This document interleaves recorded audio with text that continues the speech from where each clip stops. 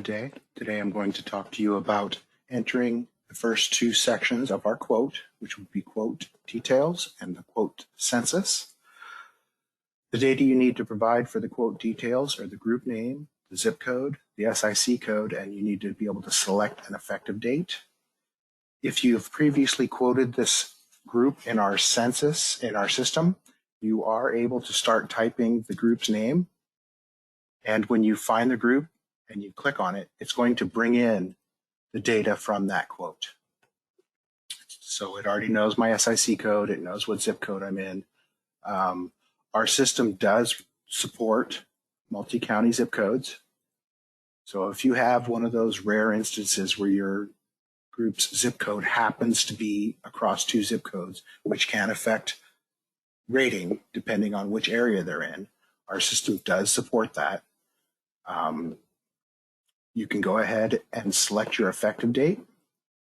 And once you've selected your effective date, you can view which carriers are available for quoting for that effective date.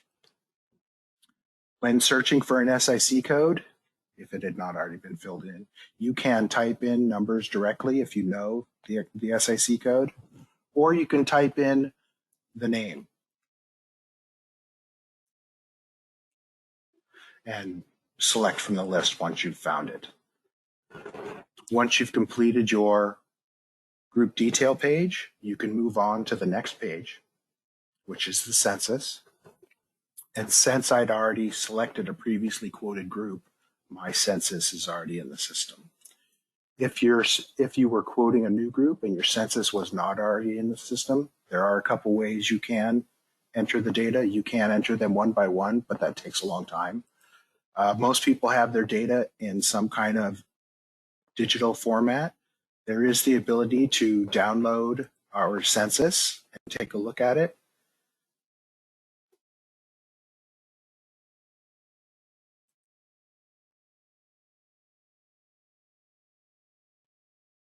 Our template requires that you set up your employees in a specific way, meaning each employee and their family gets their own ID number. Here you can see the fifth employee on my census and all of his family are labeled with the employee ID number 5. This keeps them as a family group. And then over in the key covered section, you can enter them as employee, spouse, and then dependent, E, S, or D, or you can use 1 for employee, 2 for spouse, and 3 for dependent on the key covered column. This is the critical feature here. So if I were to go ahead and upload that census,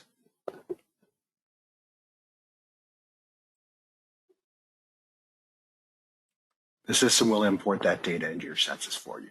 We also accept Health Connect census templates and Ease export templates. So if you have your data in Ease and you export their data, our census import template will work for that.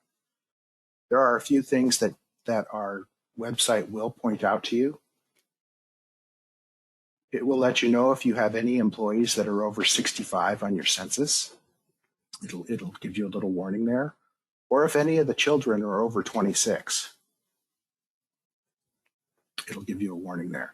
There are conditions where that can happen if you're a legal state guardian of them. So they will show those warnings to you if they come up on your census.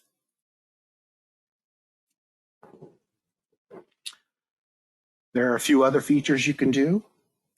You can mark an employee for life only. This will take them out of the medical quoting, but they will be included in any life products that you are quoting in the system. You can also mark the person as COBRA.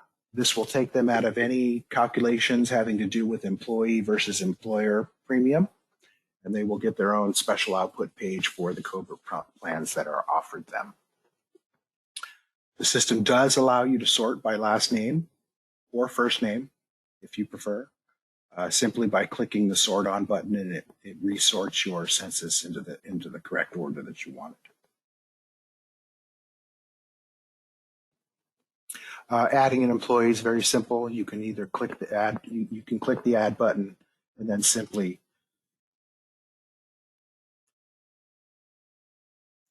add your data.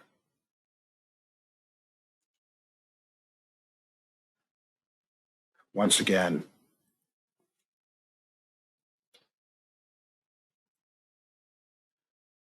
multi-county zip does work for this employee too, because it would affect their rates.